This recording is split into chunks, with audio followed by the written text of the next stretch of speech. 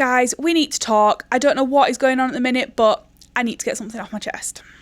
Hi, welcome back to my channel. I'm Katie, I'm a crime and thriller girly, and this channel normally is about book reviews, book recommendations, and just general like vlogs and things. But today I want to go a bit serious. And I've ummed and ahed about whether I'm going to record this video, but I feel like it's about time I did. I am taking a little bit of inspiration from Carly at the Pastel Bookshelf, purely because she spoke up about something she felt called, in fact, well, that she is called out on, which I think is absolutely disgraceful. And I think it's about time we address it. I think this content is too long to address on my actual channels where I'm seeing this, but I kind of want to address it. And that is the drama, well, not even drama, just what is going on BookTok and probably Bookstagram. I'm not seeing it over there yet, but primarily BookTok. We seem to have got into a culture, and quite a toxic one in my opinion, about people's opinions and why are we judging people on how they read, what they buy, where they buy. And I am going to go into this in more detail, but I feel quite passionate about it. I talked about it on my live a few days ago, and I actually ended up getting my back up about it, which was something I wanted to avoid. But when it then starts like I'm personally being called out, and I start seeing people take like judgment on even how people film content now, I feel I need to say something as someone who provides, in my opinion, a positive space for other people. So we're going to talk about some of the things that are coming across and my kind of viewpoint on it, but also question why this is happening. I'm not going to call out anyone in particular. That is not how I work. So yeah, don't feel like I'm calling anyone out in particular. I have seen this on numerous occasions to mention it. It's not one person. So yeah, please take this with a pinch of salt. It is my opinion, guys, but yeah, I just feel like I want to talk about it. It's not something I normally bring to this channel or any channel for that matter, but I think it's about time I addressed it and kind of gave my opinion on the matter. I feel like this is a cozy part of the internet. There's about 10 of you that will watch this, so I feel like I can probably express it a bit more. But please be kind in the comments if you do want to have an opinion. I am all for the positive experiences and a positive community. It's taken me 3 years to build up such a gorgeous community, and yeah, I am just about ready to talk about some of the toxicity that really should not have a place on social media. First up, why do we have opinions on where people buy their bookish merch from? So, as you know, I've talked highly about small businesses, and boy do I support small businesses. But when I've seen several videos of people, for example, I recently bought these. So the bookish viral pyjamas from Tesco. I bloody love them. But I do also go everywhere else for my bookish merch. Some of that is supermarkets, some of it is small businesses, some of it is TikTok shop. But when I watched a video, well, several videos the other day, once I'd seen one, that was it. I got my back up and they came up on my FYP. But when people are then judging where people spend their money, I find it quite unfair. We do not know how much money people have, and yes, we all have a book buying problem, but that doesn't mean that we can afford to spend £30-40 plus on one jumper or t-shirt. Now, I am not blaming small businesses for this. I am friends with a couple of small business owners, and I fully support what they do, and they have to make a living, and that means they have to go at cost, and some of these are specially made and handmade, and they deserve to be charged that price, but not everyone can afford that. And I just think the fact we are judging people on where they spend their money is absolutely ridiculous. This covers bookish merch, where we buy our books. Yes, I get some of my books from Amazon, but that is purely because it is convenient for me. I do not support Waterstones really, purely because I cannot warrant spending £10 per book. However, I then went to Harrogate and I went to the independent bookshop and spent that there because they are an independent bookshop. I am not saying that you should not support Waterstones. You have got to go where the books are available. But when we are starting to say you need to be buying from small businesses only, at what point do we stop and say, well, I'm sorry, but I can only afford a £5 book, which is from your cheap stores. Now, I'm really fortunate that one of my independent bookshops can actually charge two for £5. And I cannot believe they can even make a living out of that, but that is okay. But some people don't have that luxury, and we should be able to spend money on books how we feel is fair. And if that means getting it half price on Amazon because that's what we can afford this month, then we should. I don't understand this culture that we are shaming people for spending money where they want and where they can get to. Not everybody can get out of the house. So if that means that they can only support Amazon, then there is no problem with that. They're reading the same book. It's got the same words and lines and text in it. So yeah, I'm just a little bit sad that we are now shaming people and effectively shaming people for what they can afford. I am a supporter of all businesses. I obviously support small businesses, of course I do. But sometimes I have to wait till the end of the month to do that. And I know I look like I'm swimming in money sometimes because I do splurge. But I wait until I know what money I've got left at the end of the month to treat myself because I work damn hard. And I shouldn't then be judged on that because I've seen a viral pair of pyjamas all over my FYP that I've now got FOMO on. There is nothing wrong with having FOMO and there is nothing wrong with spending £15 on a pair of pyjamas. That being said, if any small business owner is watching this and you want to start making bookish pyjamas, please do. I will support that. But there is also this market that why are we slating people for buying these pyjamas and then there's actually nowhere else you can buy them? You know, make it make sense. That was one of the things that kind of has triggered me to make this video, and this is going to come across one as two ways. It's either going to be a moaning video or it's going to be a, oh my God, yes, I agree. But yeah, please spend your money where you want to. It doesn't matter where you spend your money. What you spend your money on is your business and your business alone. It doesn't matter where you spend it. If you can only afford to buy books from, for example, my local bookshop that does 2 for £5, then that's fine. It doesn't matter how much you spend on the book. At the end of the day, we're all reading the same books. So I just kind of wanted to get that point across, and that was the first thing I'd seen that really kind of shocked me, that we're now judging how much people spend on goods. Now, this next one shocked me. I only came across this yesterday, and it shocked me. Now, I am all for posting a bookish ick video. I am. In fact, I've done it as a question of the day. We all have our icks. However, I have seen several creators at this point now mock how people record their content. Now, I've got a silly tagline over on TikTok. If you haven't heard it, it's, "Hi, I'm Katie." Oh my gosh, I can't even remember my own tagline. I'm Katie. I can't even remember what my tagline is. How bad is that? But anyway, I do that full-fledged on TikTok. It's probably somewhere in my shorts anyway, because I do repost some of my TikTok content here.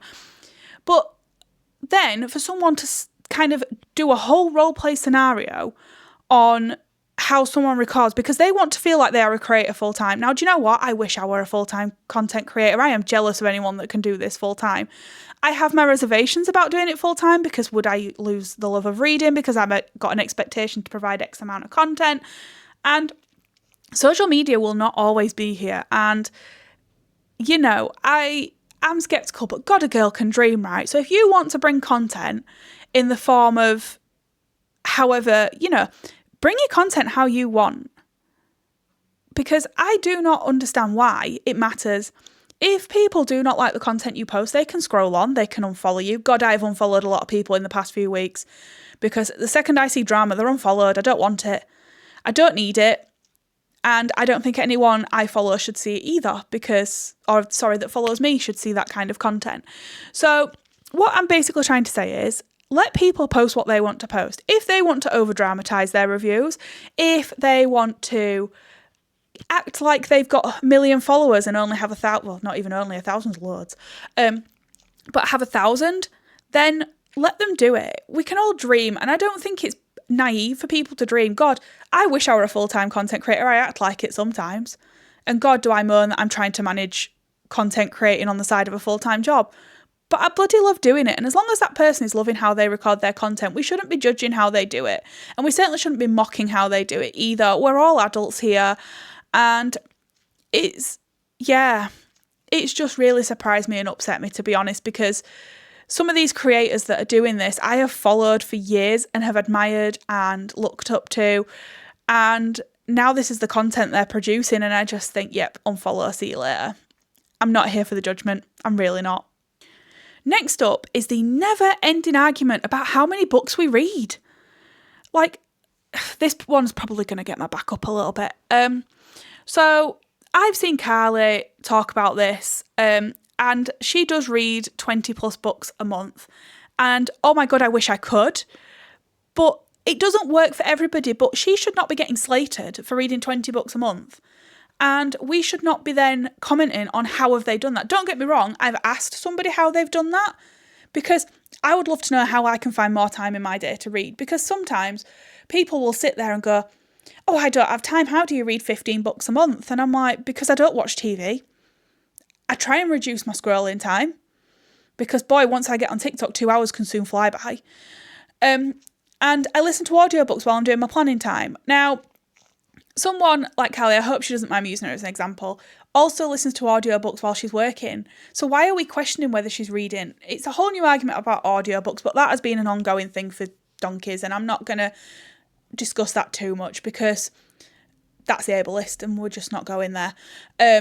You are basically saying if you are a believer in audiobooks don't count, then you are saying a blind person can't read and experience a story. You watch a film, it is exactly the same as reading a book. I mean, I was excited about The Housemaid coming out, and God, did they do a good job, for example. But yeah, anyway, back to what I was talking about. If you read 1 page a month, you are a reader. If you read 20 books a month, you are a reader, and you do that in your way.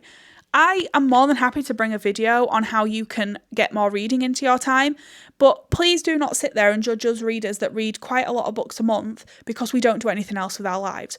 For example, I am on a little bit of a mission at the moment. I am off work in the month of August. I'm a teacher, and I'm really fortunate that I then have a month to do what I want with my time. I am learning that I am not making as much effort with people because I spend all my time chasing meeting up with people, and I just don't have the fight in me anymore. So that gives me more reading time. My community on TikTok love when I do reading sprints, and I can read 200 pages. I am really fortunate I am a fast reader, but I don't see why it matters how much a person reads. Why are we judging a reading like speed? I have got a range of reading speeds in my lives. I can read 30 pages in 25 minutes if the book takes me. And if it's a thriller with short chapters, I am most definitely reading 30 odd pages. However, some people will come in and say, oh, I only read 6. It's not only, you read 6 pages. And as long as you are taking in that book, you are enjoying that book, fine. And a lot of people will then come at me and say, yeah, but do you even remember? No, I don't. But that's not a bad thing. All it will take sometimes when I'm filming content is for me to read the first line of the blurb and I am straight back to that book and I fully remember. I cannot hold a full-time job and 15 books a month in my head. I read to get lost in another world. And in that moment, I enjoy that book. And I do not see why someone is then going to judge me, because I know the judgment's going to come in August because I'm already on a fly with reading books. I am reading a book every 2 to 3 days. Purely because I have time on my hands. So I often find those that are judging probably could fit more in, but I'm not going to judge them if they can. If they don't want to read as much as I do, that is fine. I am not here to judge how much you read. If you read books and you read a similar genre to me, or I've seen a book that you've recommended, I'm going to go for it. I don't care if it took you 2 months to read it if you enjoyed it. The only thing about someone's content I'm looking at is the book. And I am looking at what that book's about, whether it's something I would like, and what they rated it, and why they didn't like it. Because the reason I like a book might be why someone has disliked a book. I will always talk open and honestly about books, and I think the fact we are judging people for that is really a surprise. The platform primarily as well is full of adults that are 25 plus. So I am really surprised I'm even having to do a video about this kind of backlash. And yeah, the fact that creators are then coming for other people, and yeah, like I said, this isn't even trolls. This is people who have been on the platform for years and are now doing it for clicks. And it genuinely brings me a lot of anger and upset. And I can't go into it without probably becoming quite awful, but not intentionally awful, if that makes sense. Like, I want to defend people that it takes a lot to post a video. So I think I'm coming back to Callie because her video is what's kind of motivated me to speak out about the experiences I have seen. But like, she's getting to the point where she doesn't want to film the content anymore because of the way people are talking, or she'll feel anxious about recording it because people are going to judge her.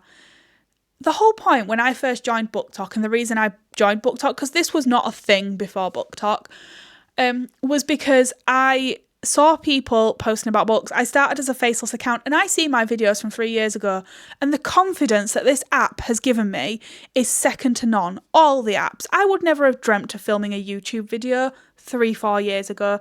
I don't care about how much I talk about books. I openly wear bookish t-shirts. I happily talk about how book obsessed I am.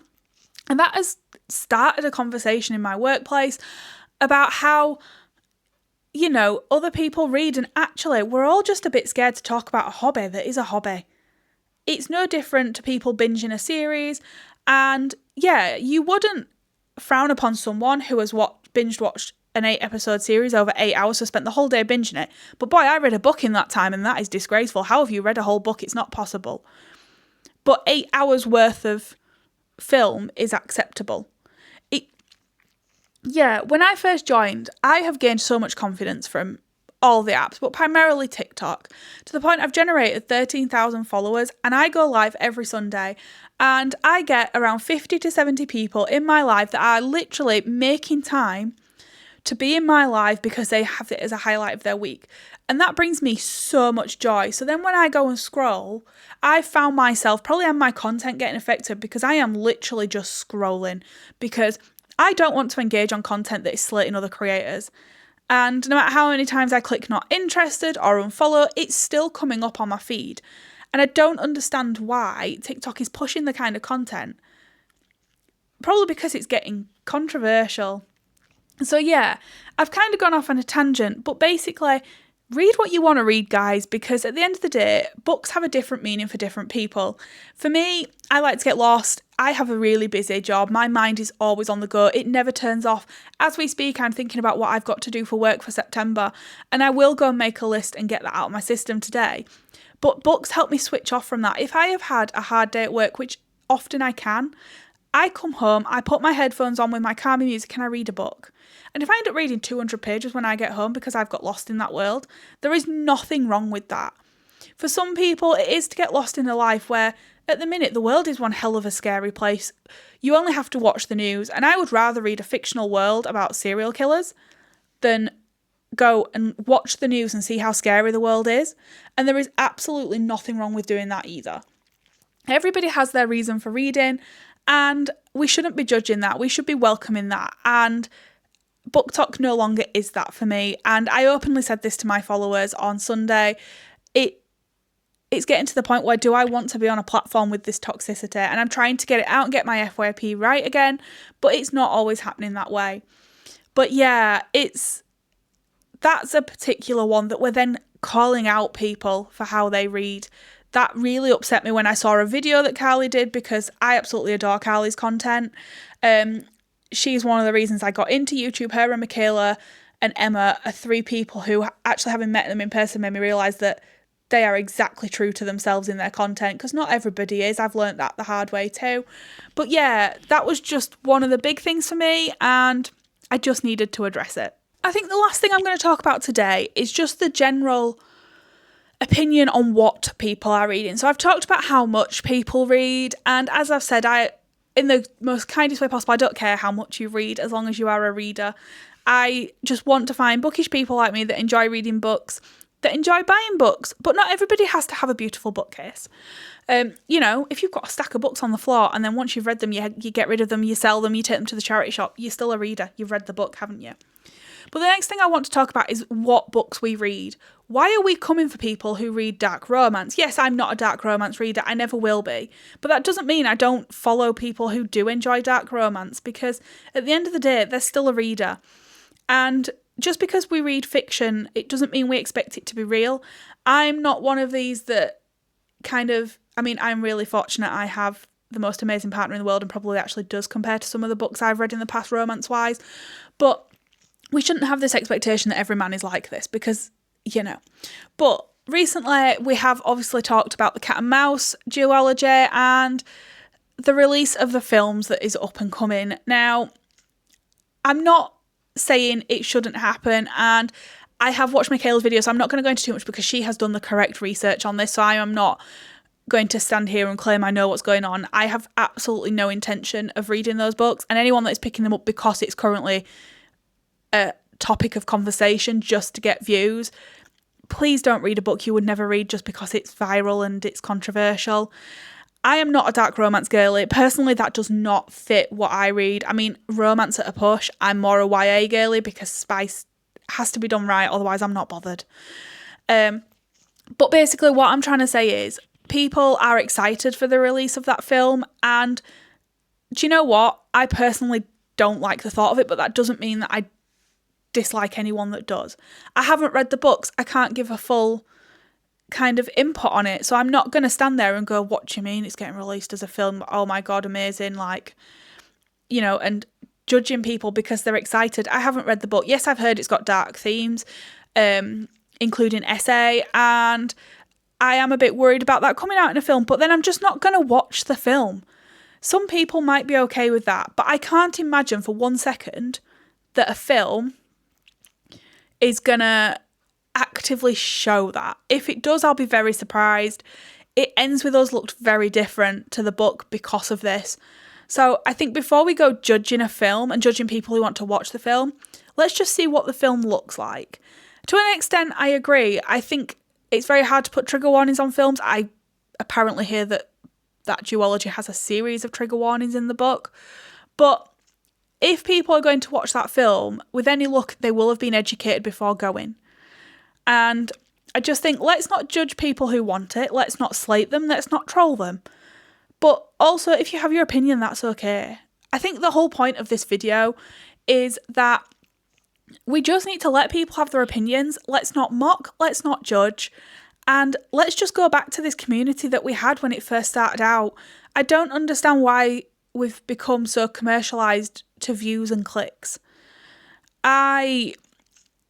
My account has flopped, and I think that's probably why. At the moment on TikTok, I don't get more than 400 views a video, and I've now learnt why, and that is purely because I'm clearly not controversial enough. I am not posting what TikTok wants to see. The only videos that do go past that 400 are ones that I tag a TikTok shop item on. That's a whole new thing that doesn't need to be in this video. I think what I'm trying to say is, think twice before posting that video. The best thing I ever did was create a booktok because I have found friends for life and people who are just like me. And yes, some of them might live at the opposite end of the country, but I text a lot of these people every day. These are people who were there through my hardest parts of my life, who never stopped checking in on me when things got tough, who notice when I go quiet, and, you know, people in real life haven't done that. And I've learnt a lot about myself and about the people around me, and I've learnt to be authentically me.